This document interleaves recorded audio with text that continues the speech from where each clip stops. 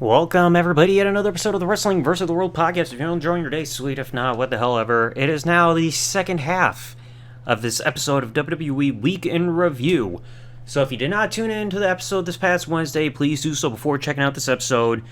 Covered Wrestling Challenge, the Royal Rumble Countdown, and the Royal Rumble pay-per-view. Now it's time to cover Raw, Mania, and Superstars today. So split it down the middle. Let's see what we got. So, starting off January 25, 1993, episode of Monday Night Raw. This was pre-taped the week before, on January 18, 1993, still from the Manhattan Center in New York City, New York. Commentators this time are Vince McMahon, Rob Bartlett, and Bobby Heenan, because Macho Man Randy Savage is having a match on the show. So, the show opens, we got Sean Mooney being interrupted outside by a Real Man, jumping from the tow truck with Macho Man Randy Savage's hat after taking a trip around the block. Because again, we know this is pre-taped. Ha ha ha, took a trip, ha ha. Whatever. So the opening match, we've got Repo Man versus Macho Man Randy Savage to start off this broadcast. Been a week in the making. Savage sneak attacks Repo Man in the ring to start off the match hot. Gotta attack him from behind, ooh yeah. Repo Man, he was getting his ass kicked, but he got things back in his favor after slamming Savage headfirst onto the steel steps to prevent Savage from doing that to him. Smart move. Then Savage, he would clothesline the Real Man out of the air after he was flying off for whatever reason. Scoop slam, elbow drop, Savage wins, and reclaims possession of his hat. I guess that's what we gotta do in order to regain any possession of any of our belongings. Just drop the elbow on a bitch, huh? That's guaranteed to work. Then the next match, Kamala, pat the belly, versus the Brooklyn Brawler. So, this match was absolutely nothing. I mean, the Brawler avoided a corner charge attack, but he tried to slam Kamala, and completely useless, so Kamala slammed him. Kamala, twice in a row, he tried doing the same thing we saw in his previous match, I can't remember who he wrestled against, where he tried pinning an opponent who was on his stomach. Like, Kamala, I get it, you're a babyface, and you want to do stuff to please the fans, but it's like, you know how to pin somebody, you were a heel. Just because you turn babyface doesn't mean you forget the essentials of professional wrestling. But then he gets a leaping splash, not a running one, just more of a leaping splash in the air to give Kamala the win after he once again tried to pin Brooklyn Brawler on his stomach for a third time. And he's like, oh yeah, I gotta follow these people's instructions. They know best. They know that I have to put the opponent on his back. Like, what is it? I don't get it. But then afterwards, Reverend Slick is like, I want to thank you, all these nice people, for converting Kamala. You converted him? Like, the only thing I've seen a conversion of is him to stupidity on not knowing how to pin somebody. Is that where Cameron got her inspiration for trying to pin Naomi on that one episode of Raw? Count him, ref! Count him! I don't care if she's face down. Count him! Like, my gosh, come on now. Then you get the post-Royal Rumble report, which also reveals that on February 11th of 1993, the VHS tape of the pay-per-view gets released, 3 hours long. Which is kind of strange. They can release a 3-hour pay-per-view on one VHS tape, but they couldn't do the same thing for this Mayhem in Manchester show that I've already covered on the podcast and everything. Makes no sense. So now, we also get the big main event. Big one here. Ric Flair versus Mr. Perfect. The loser leaves the WWF. Yes, big stakes here. So, at least this is actually a really great match. So to start off, both men are trading hammer locks, knife edge chops at the start, and Flair even did the Flair flop early on in the match, like, tuck chops, woo, flop. So, alright. And the ref, as they're going to break, Flair is about to jump off, go after Perfect, with the chair ringside, but the referee jumps off the apron, grabs the chair, and slips, like we've seen this so many times, to stop the chair shot to Perfect as they go to commercial. I mean, when was the last time a referee did that spot and didn't land on his ass? So you come back from the break. Perfect, he's flopping all, over the corner, and hits headfirst onto the top of the ring post to the outside, and he's now busted open. Whether that's hardware or blade job, not sure, but it's a rare time where we see blood during this period, because you gotta remember we saw blood a year prior involving a Ric Flair match when he faced Savage at WrestleMania 8, and he got fined for it. A little weird here. Both men there also try to go with the power of strength to see who can backslide the other. Perfect gets it, but a near fall. And Flair, he's getting hit with a corner punches, but he stops it with an inverted atomic drop and a schoolboy roll-up. Near fall there. Perfect gets put in sleeper hold, and he gets out of it by running into the corner, ducking down between the turnbuckle posts, or the turnbuckles, while Flair goes headfirst into the top one and lose a hold. The Perfect he gets a sleeper of his own, only for then Flair to eventually, after a lot of time getting stuck in the hold, gets a back suplex to break the hold and keep going with the match. Flair he then gets his figure 4 leg lock, and 3 times in a row uses the top rope for leverage. Referee catches him doing it for the 3rd time and tells him to break the hold. Good move there. Flair, he goes up top, gets tossed back into the ring as they go for commercial break number 2, because that's the tradition. Flair goes up top, very rare that he does anything. Then you get back from the break. Flair gets these brass knuckles that are taped up and covered up, so we can't really confirm that they're knuckles, but we're going to pretend that they are. And he uses them on Perfect, and then drops an elbow on him. But Perfect's foot was on the rope the entire time as he was trying this pinfall attempt. So then the referee's like, oh, I counted. Oh, now all of a sudden I see his foot's on the rope, like, and breaking the count and all that shit. So back and forth.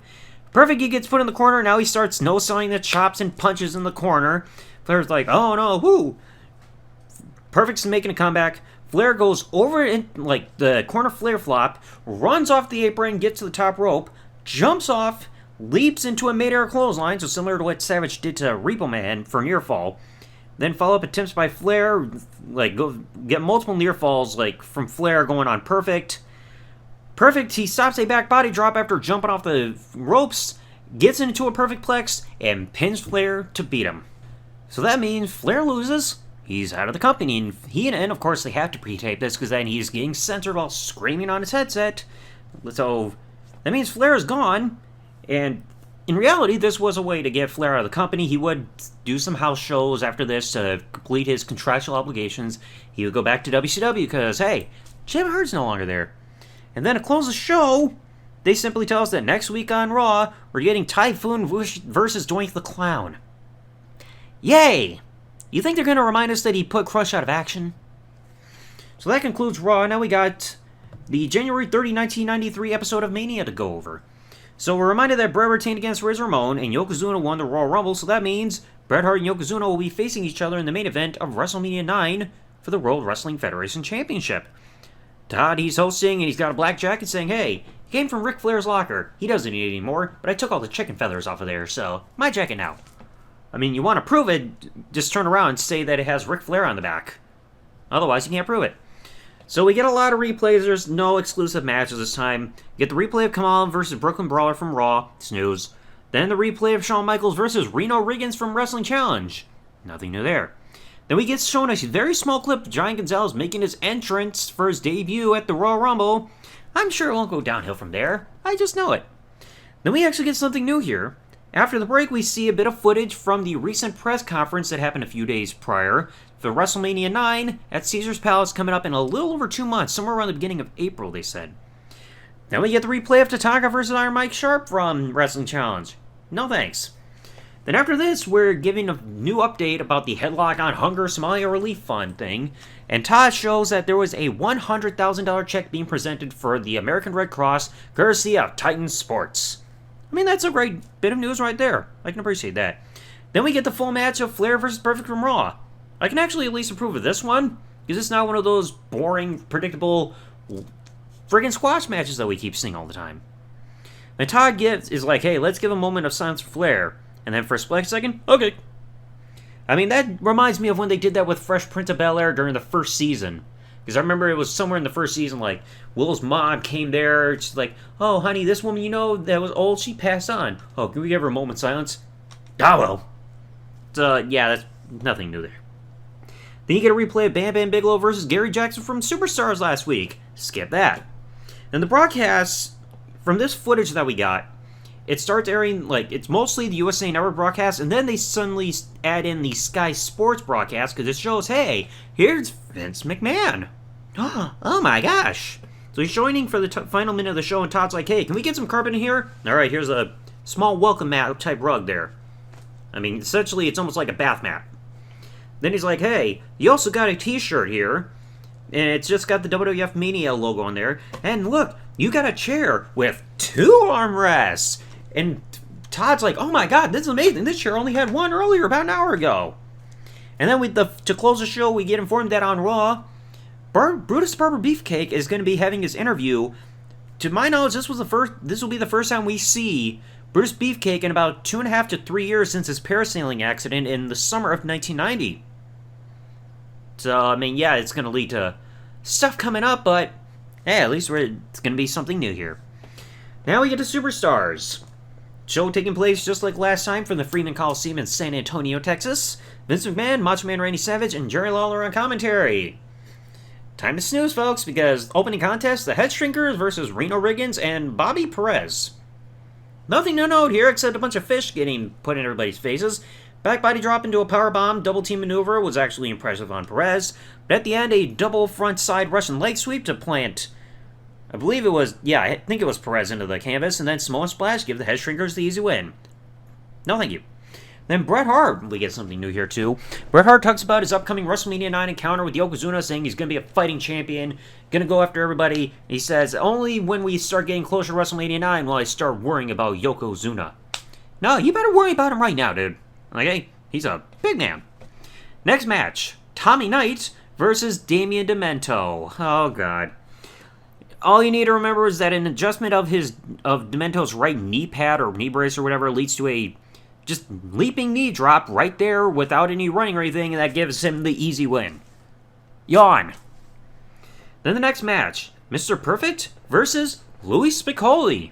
Yes, 2 times in one episode in 1 week, we get a Louis Spicolli match. But then you get one of those picture-in-picture vignettes where Lex Luger, the narcissist, is essentially foreshadowing that we're going to eventually get a match between him and Mr. Perfect in the future. I mean, yeah, it's going to be WrestleMania. It's like, oh, narcissism versus perfection, personification, or any of that shit. Whatever they said for the marketing. Perfect Plex gives Mr. Perfect the win. Don't care. Then Shawn Michaels goes against Gary Jackson. Nice to see you, Gary. Sure, she's got a vignette that promises to always be wherever Shawn is, so Shawn, watch your back. And we're going to cover that in a little bit later, towards the end. But Shawn gets the win. Super kick, teardrop suplex, easy win. I mean, he should have just done the super kick. Like, he didn't even do the teardrop suplex when he had his match with Marty at the Royal Rumble. Then here comes Raymond Rougeau, Mike Adamle with mustache, interviewing Hacksaw Jim Duggan. I don't see a hoe in sight. So where's the hoe sighting? Ho, ho. Stephanie's not even there yet. So he calls out Yokozuna and Mr. Fuji for bad-mouthing America, saying, I will wave this flag. Like, I don't know about any of y'all, but I do not like these patriotism / evil foreigner type gimmicks or anything. They're just overdone, and I just do not get invested. Okay, I get it. You're proud of your country, whatever. It doesn't need to be your whole identity. Plain and simple. But he's like, hey, you are bad-mouthing how we build a proper car. I mean, George Carlin did the same thing in one of his routines, saying we can't make a car worth a fuck. Like, he said that, like, what, back in the 1970s? I mean, it's a fair criticism. Look at how the automotive industry is, especially if you're driving a Ford, okay? So he's challenging Mr. Fuji and Yokozuna for a big upcoming match. We'll get an answer later on. Then we get a tag match. Koko Beware and Owen Hart of High Energy versus the Brooklyn Brawler and Chuck West. I'm surprised Brooklyn Brawler is even still walking after getting squashed by Kamala like that. We also get an update on Crush, saying he'll be back from his quote-unquote severe concussion in less than 2 weeks. So the concussion protocol really was non-existent back in 93, huh? Well, High Energy gets the easy win. Koko goes up top, pulls up his pants up to his nipples, gets a missile dropkick while Owen holds Chuck up in the air almost like a heart attack. Easy win within like a couple minutes. I mean, I know High Energy wouldn't do much after this, so don't need to worry about them. You get replay footage of Giant Gonzalez getting his hands on The Undertaker from the Royal Rumble. Some more video that we saw from Mania. Mania just showed his entrance. This time we at least see some interactions between Undertaker and Gonzalez for the match. Now, we get to the next couple. We got 2 more matches to cover here. We get Bob Backlund versus Iron Mike Sharp. Please stop booking this man. Please. The match is nothing. O'Connor roll by Backlund gives him the win. Can we please just skip to 1994 Bob Backlund now, where he's more interesting? Like, they showed a vignette where he was saying like he was in Madison Square Garden for the whole headlock on Hunger thing, and his promo was just boring, saying, "Oh, we were there in Madison Square Garden. We fought the headlock on Hunger." Like, I'm glad we see 94 Backlund coming up, where even though he gets like crazy, like, I'm out there. At least it's a personality. I don't know how he was back in his heyday, but this is boring. Then afterwards, Lawler does that sketching thing on screen like he did with the Bam Bam Bigelow match, and he'd say, hey, who does Bob Backlund look like? And he starts drawing Howdy Doody. Then you get the main event, Razor Ramon versus Pete Christie. Nothing to know here except Razor had no problem beating this guy with fallaway slam, avalanche back suplex, Razor's edge, that's all. But now, fun note here. Something you all may or may not have realized. Sean Mooney, he did that whole thing at the announcing desk thing that he's got backstage where he talks about like a future house show.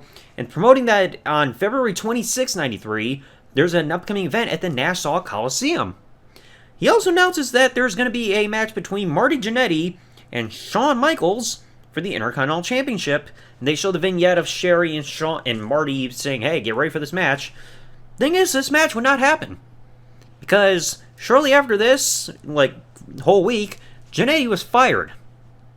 Because there was, like, I mentioned this earlier, reports say that Shawn Michaels lied backstage saying that, oh, friggin' Jannetty was on alcohol, so that's why the match didn't live up to snuff.